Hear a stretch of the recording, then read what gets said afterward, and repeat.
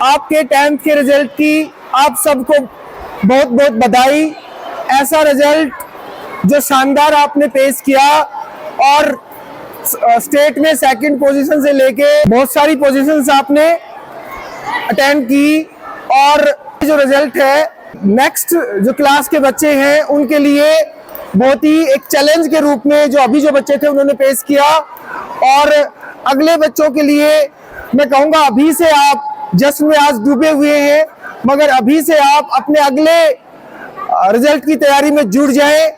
आपको आगे इन स्टूडेंट्स को बीट करना है, और जैसे इन बच्चों ने रेगुलर स्टडीज और special JEE main, advance, CLAT इन सब की तैयारियों में स्पेशल क्लासेस से जुड़ जाना है। और ज़्यादा समय ना लेते हुए मैं एक बार फिर आप सबको रिजल्ट की बधाई, और सभी टीचर्स को भी एक रिजल्ट की बहुत ही बधाई। Thank you, all the best.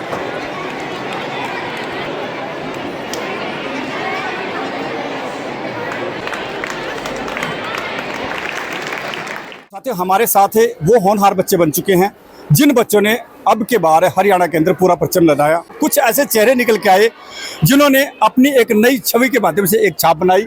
हमारे साथ वो दोनों बच्चे यहाँ पे हैं जो हरियाणा के सेकंड ये बच्चा है और मेंदड़ी जिले का टॉपर रहा अब की बार मैट्रिक के अंदर। और इन बच्चों का जो आज का कार्यक्रम रहा स्कूल के अंदर, बड़ा ही सराहनीय कार्यक्रम किया।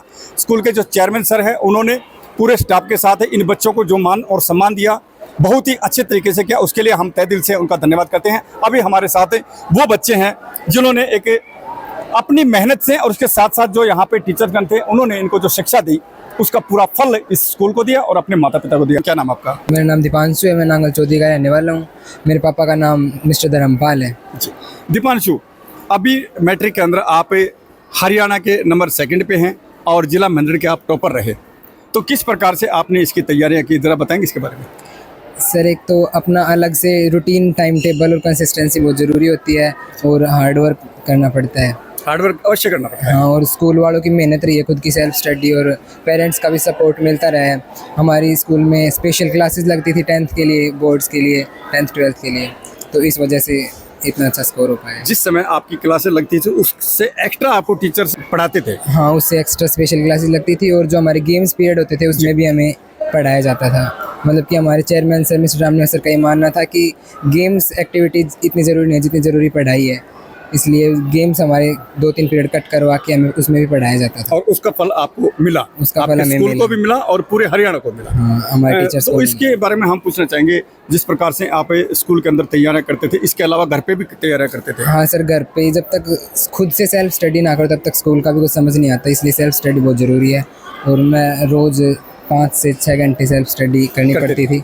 हाँ, इसलिए तो मैं 11th में अभी मैंने नॉन मेडिकल स्ट्रीम चूज़ करी है और मैं जेईई की तैयारी कर रहा हूँ। जेईई की तैयारी कर रहा हूँ। अभी ज़्यादातर बच्चे बोलते हैं कि मेरे को आईएएस बनना है या इसके अलावा डॉक्टर बनना है।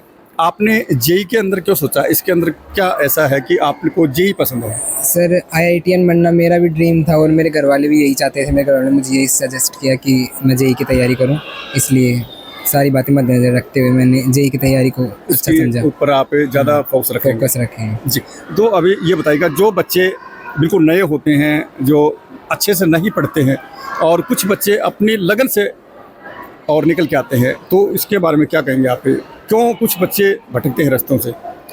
सर वो कुछ बच्चे उनकी डिस्ट्रैक्शंस होती हैं बहुत ज़्यादा, फिर उन्हें गलत सलाह दी जाती है इसलिए वो भटक जाते हैं। उन्हें ऐसे कहा जाता है कि पढ़ाई इतनी ज़रूरी नहीं है, लेकिन पढ़ाई बहुत ज़रूरी होती है आज के टाइम में। तो जीवन के अंदर सबसे ज़्यादा ज़रूरी क्या है? जीवन की वैसे देखा जाए तो पढ़ाई है, लेकिन पढ़ाई के अलावा भी अदर एक्टिविटीज़ हैं जिनमें देश बहुत आगे जा रहा है। तो मैं कहूँगा कि लेकिन एजुकेशन सबसे इम्पोर्टेंट है। हमें संसार के अंदर एक ही बार कुछ मिलता है। वैसे तो हम हर चीज़ 2 बार ले सकते हैं, 4 बार ले सकते हैं, कोई व्हीकल खरीदते हैं, या इसके अलावा आप पढ़ाई 2 बार भी कर सकते हैं, या आप मकान भी 2-2 बार खरीद सकते हैं। लेकिन ऐसा क्या है को जीवन में हमें एक ही बार मिलता है, वो कभी भविष्य में नहीं मिलेगा। सर वो सफलता है जो एक ही बार मिलती है। सफलता के साथ साथ साथियों, सफलता के साथ साथ माता पिता भी हैं जो जीवन में एक ही बार मिलते हैं। सफलता आज भी है, और इसके अलावा आप आगे बढ़ेंगे तो और भी सफल हो सकते हैं, और भी सफलता मिल सकती है। तो माता पिता जीवन में एक ही बार मिलते हैं, और उनका हमेशा मान और सम्मान करें। ऐसा कार्य न करें कोई भी कि उन्हें समाज के अंदर नीचा देखना पड़े। खुद को सफलता मिलने पर माता पिता हमसे ज़्यादा खुश होते हैं, इसलिए हमें उनकी खुशी का ज़्यादा ध्यान रखना जी, चाहिए। क्या आपको पता था कि मैं जिला का टॉपर बनूंगा? ऐसा आपके माइंड के अंदर था कि जिस प्रकार से आप तैयारी में लगे हुए थे?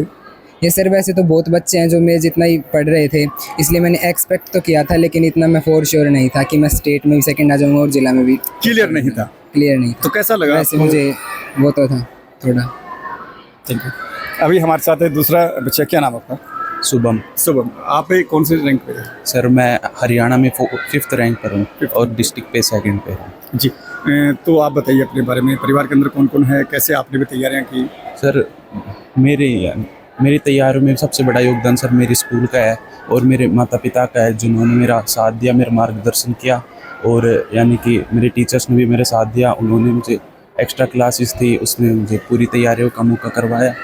और आपका क्या है, लाइफ का ड्रीम क्या है? सर मैं एक IITians बनना चाहता हूँ।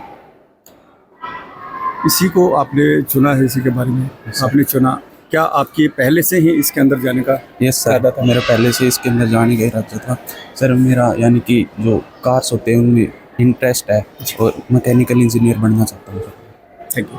अभी फिर हमारे साथ बेटी है इसी स्कूल से। ये बेटी भी किसी से कम नहीं है। इन्होंने भी अपने आप को काफ़ी मेहनत के जरिए, टीचर्स की जो मेहनत थी उससे इस स्कूल का नाम रोशन किया है। बेटे आपका नाम क्या है? मेरा नाम अमीशा है। मेरे ब्लॉक लेवल पे 97.2% आए हैं, और साइंस स्ट्रीम से मैंने मेडिकल ले रखी थी। जी, ब्लॉक की आप टॉपर हैं? Yes sir. नांगड़ चौधरी की टॉपर रहे आप? हाँ। तो आपने कैसे की तैयारियाँ इसकी? मैंने तैयारी जो भी हमारे टीचर्स क्लासरूम में पढ़ाते थे वही तैयार किया था। हार्ड वर्क और कंसिस्टेंसी सबसे ज़्यादा इम्पोर्टेंट करती है कि आप एक दिन में 6 घंटे पढ़ते हैं ये ज़रूरी नहीं है, लेकिन आप रोज़ चाहे 4 घंटे पढ़े, लेकिन रोज़ पढ़े। कंसिस्टेंसी बहुत मैटर करती है। अगर आपको सक्सेस होना है अपनी लाइफ में तो कंसिस्टेंट रहना बहुत ज़रूरी है। तो आप बेटियों को क्या कहना चाहेंगे, जो आपकी उम्र की जो बेटियां हैं, आज के दिन आप भी देखते हैं, खबरें भी देखते हैं, इस प्रकार की कुछ बातें हो जाती हैं कि माता पिता को नीचे देखना पड़ता है, आप क्या कहना चाहेंगे इसके बारे में? कहाँ कमियां रहती हैं? मैं सभी को यही कहना चाहूँगी कि अपनी लाइफ में अच्छा परफॉर्म करें, कंसिस्टेंस रहें, अपना हार्ड वर्क करें, और सबको प्राउड फील करवाएं कि आप अच्छा परफॉर्म कर रहे हैं सब जगह अच्छी तरीके से। Thank you.